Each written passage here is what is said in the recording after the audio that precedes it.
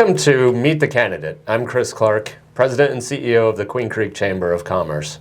Today we're joined by House of Representatives Neal Carter. Representative Carter, thank you for being here. Thank you for having me. So you're from LD 15. Yes, sir. Legislative District 15, which takes in part of Mesa, Queen Creek, Santan Valley. Yes, sir. How long have you been in the House of Representatives? I was appointed to the position when Representative Frank Pratt, God rest his soul, passed away.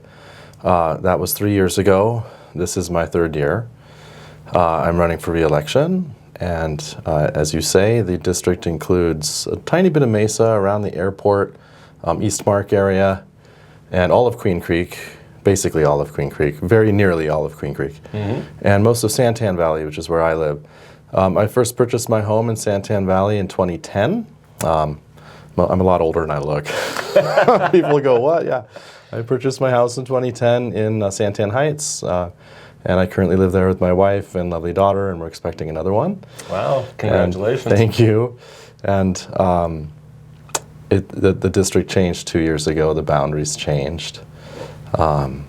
But yeah, I've been a local homeowner for a long time here, and that's now part of our district with Queen Creek. So you've been in the House for 3 years, and you want to go back? Well, I am a person with a young family too, and I want to ensure that the future of our state is well run. I think our state has been well run in the past. That's what makes it such a great place to live. I think I've been doing a good job. I can point to some accomplishments if you'd like. There are 2 seats, as you know, for the House of Representatives. A lot of people don't realize that. You have 2 members, you vote for 2, 2 people will serve, and there's an open seat because Representative Parker's leaving. So there's several new people to choose from, and then I am also asking for your vote for re-election. So I think it's a good thing to have someone a little more experienced, someone new. Fresh blood is always good. I'm a big proponent of term limits. I really do believe in the chamber turning over, and I'm looking forward to my own term limits and getting back to doing my own things. You know, I have several hobbies. My wife has horses, and I keep a garden, and we've got things to do, but I think we're doing a good job, so I'm asking for your vote. Let's talk about that a little bit more before we get into the heart of your platform. But so what do you do for a living, and what are your hobbies? And I'm glad that you asked. It's a little known fact that it's a part-time legislature, so we're supposed to go downtown for about 100 days for our session, and most of us have other jobs unless we're retired or something.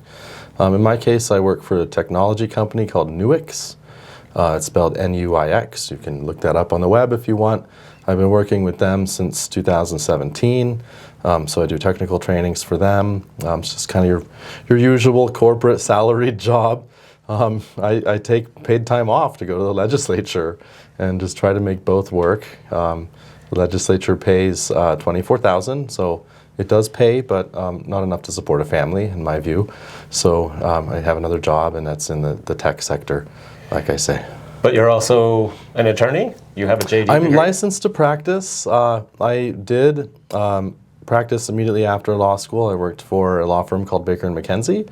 I'm not from the East Coast, but I went to law school there. I actually purchased my house in Santan Heights after living in Gilbert. I had moved down from Gilbert because it was a little bit less expensive here to purchase. But I did go to law school in the East, and I worked for Baker & McKenzie in New York for a year. I was a tax associate. So even back then, we were trying to fight paying too high taxes. Guess that's in my blood. I don't know. I'm the chairman of the Ways and Means Committee now, probably because of that background. I don't practice. I prefer not to.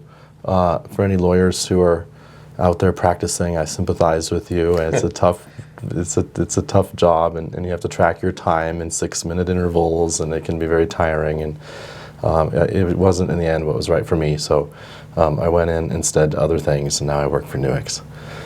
Wonderful. Well, thank you for sharing that. And how did you get to be appointed? Like I say, I've been living in Santan Valley for a long time. I've always been a member of the community. I volunteer with my church in the prisons in Florence. I adopt a segment of highway, Hunt Highway. You'll see the sign, Neal, Carter and Friends. We adopt the highway just south of the Walmart in Santan Valley.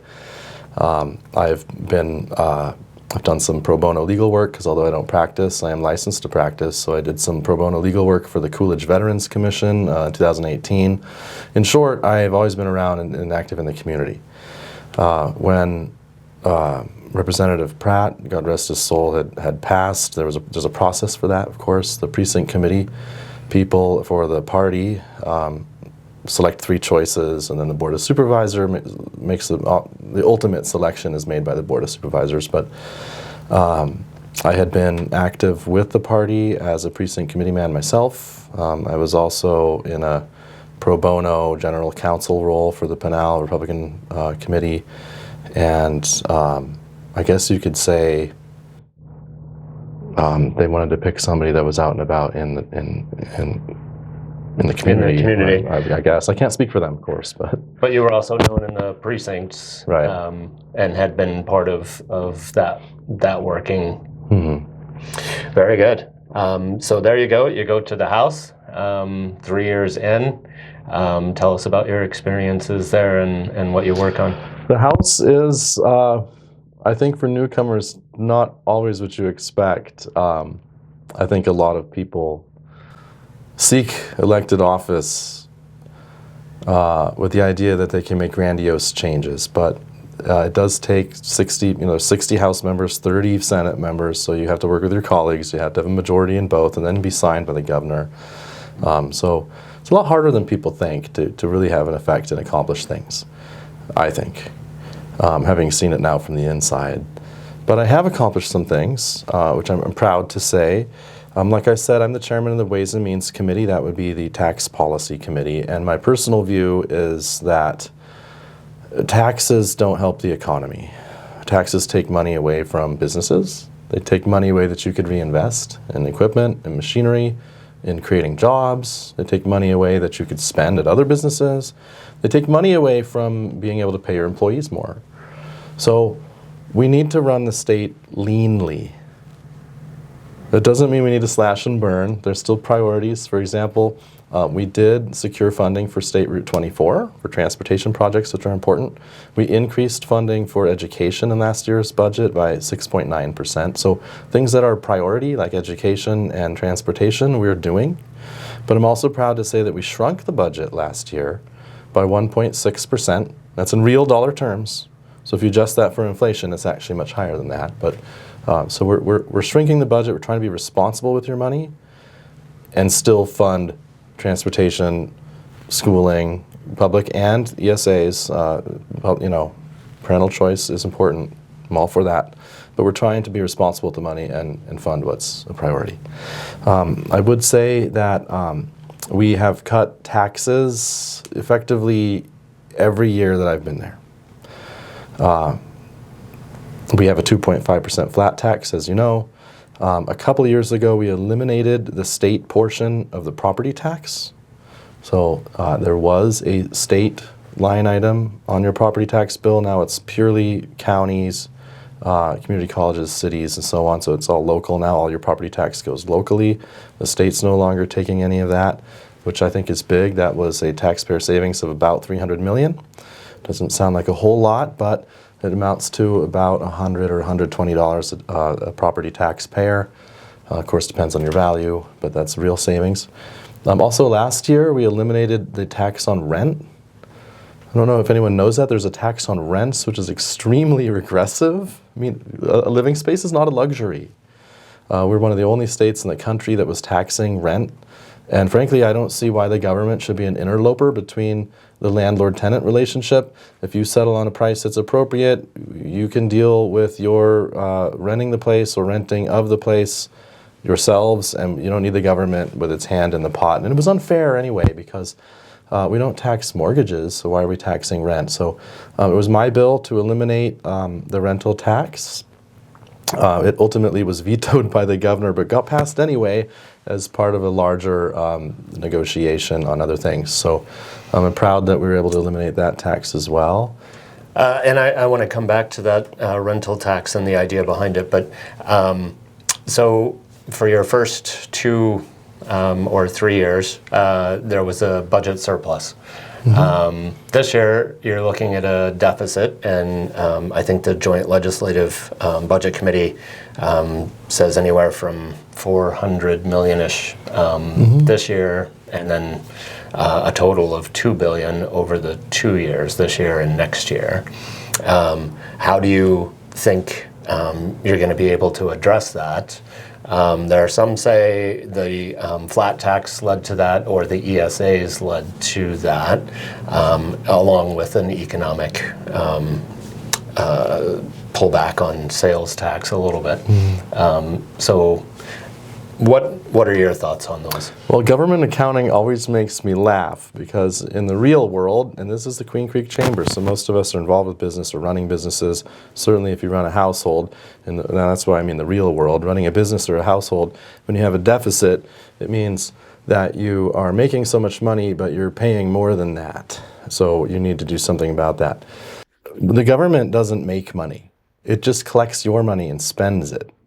And so in many ways, to say there's a deficit is a kind of a fiction, because all you're really saying is that we're taking in less money this year than we did last year. So the government has the bad habit of spending every last penny it takes in. I don't think that should be the case. I think we should identify what's important, what needs funding, fund it, hopefully make whatever savings we can year over year while we fund it and be responsible, but fund it, and the rest of the money is not a surplus, because this isn't a business. It's not like there's extra money. The rest of the money belongs to you and to the taxpayers and to me as a taxpayer. It belongs to us as taxpayers, so it should be returned. And last year, we did return some because, as you say, there was a surplus. And so myself and Senator Hoffman and some of the other conservatives in the legislature decided we should give a rebate. And we gave about $250 million, $260 million, so a little over $250 million, back to the taxpayers as a child tax credit, and that went out already late last year. So we're trying to be responsible with your money. To address your question, though, what are we going to do that we don't have as much money being spent this year as last year? Well, I'll tell you that the budget 10 years ago was somewhere in the vicinity of about $10 billion. In 2008 and 9, I think it was only $9 billion. So the budget last year, well, 2 years ago was $18 billion, and last year, because we shrunk it a little, it was about 17 something. So that's almost double. The budget has almost doubled in 10 years. Now, if I tell you, you're a business person, and everyone at the chamber here runs a business or is involved with one, right? Like I am at Newix. If I told you you're running your business and we're going to give you 10% more profits than the last year for 10 years, so we're going to double your income, but on the 11th year, we're going to ask you to cut back 10%. What business wouldn't sign up for that? We're basically saying that over 11 years, you're going to have 90% more money. So, budget shortfalls for me are an opportunity.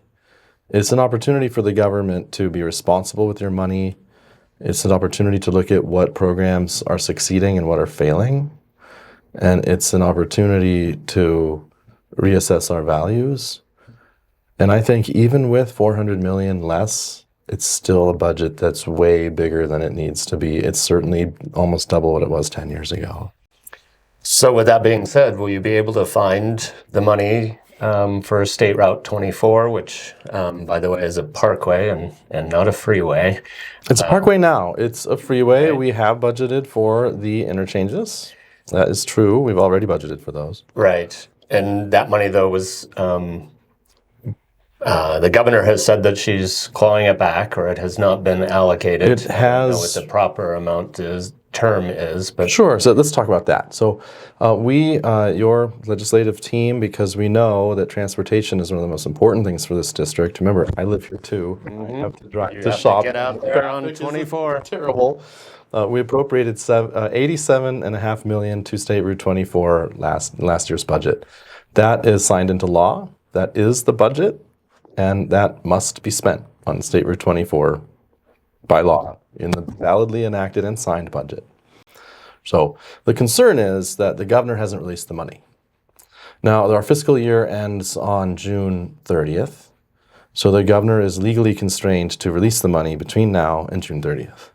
If she doesn't release the money by June 30th, she's in violation of the law. We sue, the court will award us the money. It's that simple. So that's a validly enacted budget that's already the case. Sort of already a done deal. So the funding's done. It's a done deal. Now the governor is looking at the 400 million, you could call it shortfall that you just alluded to in the last question, and is trying to find ways to make up the difference. The governor's priorities are very different from ours. Transportation is not a priority of the governor for some reason. I think that homelessness and building housing for the homeless downtown has been a big priority of hers. I know she spent $150 million last year on that. So she would rather continue programs like that than build a highway that we really dramatically need. Incidentally, not all government spending is equal. There is government spending that gives you a return on investment, and there's government spending that doesn't. So, for example, when you invest in roads and education too, these are things where there's a return on investment. In the long run, the roads bring new businesses into the community, new businesses pay taxes, and although you're spending money today, in the long run, you actually make back, there's a return on the investment, the monies that you're funding in that way. There are a lot of things that don't do that. So if you spend money on building a new MVD office or on homeless housing, it's a sunk cost. That money's gone. It never really comes back to the state in any way. So I think it's irresponsible to cut transportation funding for a lot of reasons. Fortunately, the governor does not draft the budget. We do. I've already told legislative leadership and the appropriations chairman that I won't vote for a budget that cuts that money. So that's that. In theory, they could cut the money and find someone else to vote for their budget, I guess. But I know there are other members that feel the same way that I do. I know that Teresa Martinez in the Casa Grande area is fighting for her transportation funding on, I think it's 347, I-10, and some other things. So I would be very surprised if the governor succeeds in cutting major statewide highways instead of some other program. Good. Because, yeah, we're desperately in need of that at this point with cost escalations from inflation. The interchange at Ironwood is actually just half interchange now with that 87 million. So that's going to be a really big deal. And the longer we wait, of course, the higher the cost. And the less we buy. Right. Back to your return on investment, we're getting less for each dollar, which is a good analogy. In addition, so you talked a minute about the rental tax. That was done partly, you explained it from a government being involved in the process. That's one view. The other was lowering the cost of housing, which really didn't work out that well. But there's a Senate bill that keeps coming around to lower the cost of housing, supposedly by doing away with local zoning control. Are you in support of that bill when it gets to you? My view is that we do not want to make the state legislature the local zoning board. I've always pushed back against that. I think it's a bad idea. When you make statewide policy, it might work here, it might not work in Sedona, it might work for Tucson, who knows. Besides, somebody like me isn't an expert in that, and I would be the wrong party, I think, to make a policy statewide on something like that. So that's always been how I feel. For some reason, people are getting frustrated with cities. They're getting frustrated that the permits are taking too long, I think. There are other frustrations.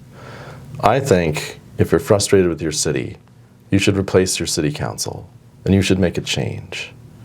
I find that there are a lot of people that want to come to the state legislature with a sledgehammer approach because it's easier maybe to do that than it is to get the 5 people who are local to you on the city council to agree on a change. I think that's what's happening.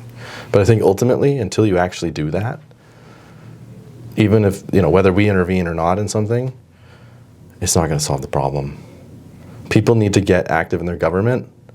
People need to step up and run for local office.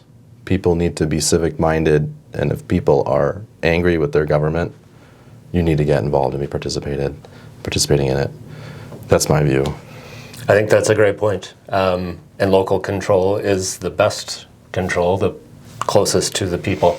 It's a management principle, right? The best decisions are made at the lowest level of management, that's for sure. So. Right, and so we certainly appreciate that because as the bill was written, certainly allows for apartments to be built wherever somebody feels like. Apartments, single wides, all kinds of different things. And there are issues, certainly, not so much here, but in other locations across the state, as you mentioned. So great way to deal with that is at the local level. Anything that we haven't covered that you want to get to? Not really. I think the main thing is to know that the state is pretty well run for several reasons. We have a balanced budget. We always have a balanced budget. All state agencies sunset by law and have to be reauthorized. These aren't just common sense things. I wish the federal government would do these things. And we've been responsible with your money. We've been cutting budgets, giving surpluses back where we can, and yet we have been funding major transportation projects. We've been fully funding education, 6.9% increase last year, 2.9% of it ongoing, meaning every year the formula's changed to go on for public schools. We also have universal school choice now, which I voted for, and we're funding that. I know that you had alluded to people accusing that program of creating the budget deficit. This is not true. It's not true for the very simple reason that a child will be educated, whether that's in a public school or a private school. The child will require money to be educated. So if we pay $7,000 here or $7,000 there's no difference there. So that's a narrative that's cropped up and been a little bit irksome. If anything, the ESAs, I think, save us money in the long run, but that's a longer discussion. So we've been responsible with the money. We're trying to keep the state lean, make it the best place to live and work. We have our own vested interest in this community too. Like I say, I moved here from Gilbert and been living in Santan Valley a long time, so my roots are, this is my community, my church, my family. I have to commute on the roads too. And so any complaints or concerns you have, I'm all ears. I meet with people for coffee. I'll buy you a beer if you want. I will. You know, we're doing several meet and greets. I'm the one who's responsible for the Santan Valley barbecue, so we put on a barbecue regularly. If you see those big highway signs, that's me. You should come. And speaking of that, how do people contact you and find out more information about you? Well, the easiest thing is just to call me. My cell phone number is 480-628-1037. It's also on my website, which is nealcarterarizona.com. There's a form to fill out if you want to, like an email kind of a form. I would prefer you just to email me if you can, or to call Neal K. Carter. It's Neal. It's the handle my loving parents gave me. I can't answer for the spelling. But NealKCarter at Hotmail, I know, .com. And just reach out anytime, you know. If I don't pick up, leave a message. I'm probably driving or something like this. Very good. Well, Representative Carter, thank you so much for being here. We appreciate your time. No, thank you. It's a real pleasure. I appreciate your time. Thank you.